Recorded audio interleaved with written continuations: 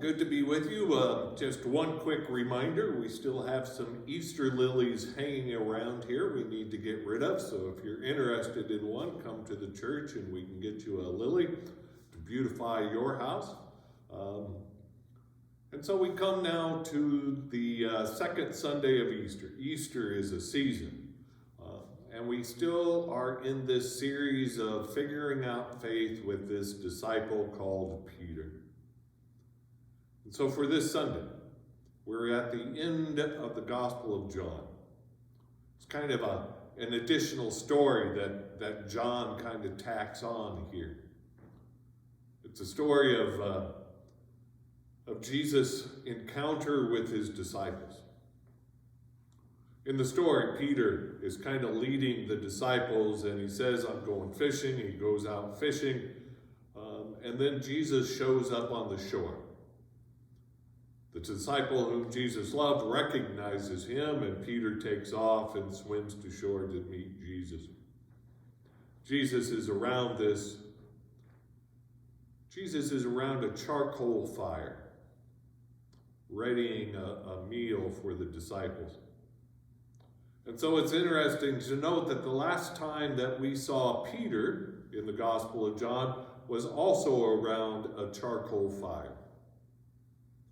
But around that charcoal fire, Peter denied he knew who Jesus was. And so there's a reckoning here. Jesus has this difficult conversation with his disciple. A time for a little truth-telling, a time for coming to Jesus moment. And in this conversation, Jesus asks Peter 3 times if he loved him, echoing the 3 denials that Peter made earlier. Each time, of course, Peter says, indeed I do. So what can we take out of this encounter, this conversation? Well, one thing I hope you take out of this encounter between Jesus and Peter is that while Jesus engages the past of Peter, he doesn't leave Peter there.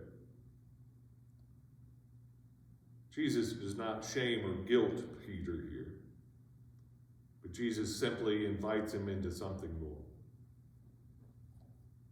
Jesus does not shame your past, whatever that might be. But Jesus recognizes it and calls you into something more. So don't let the ups and downs of your past, the ups and downs of the history keep you from going forward with Jesus. Because Jesus always has plans for you, something more. Well, we hope to see you again this weekend. See you soon.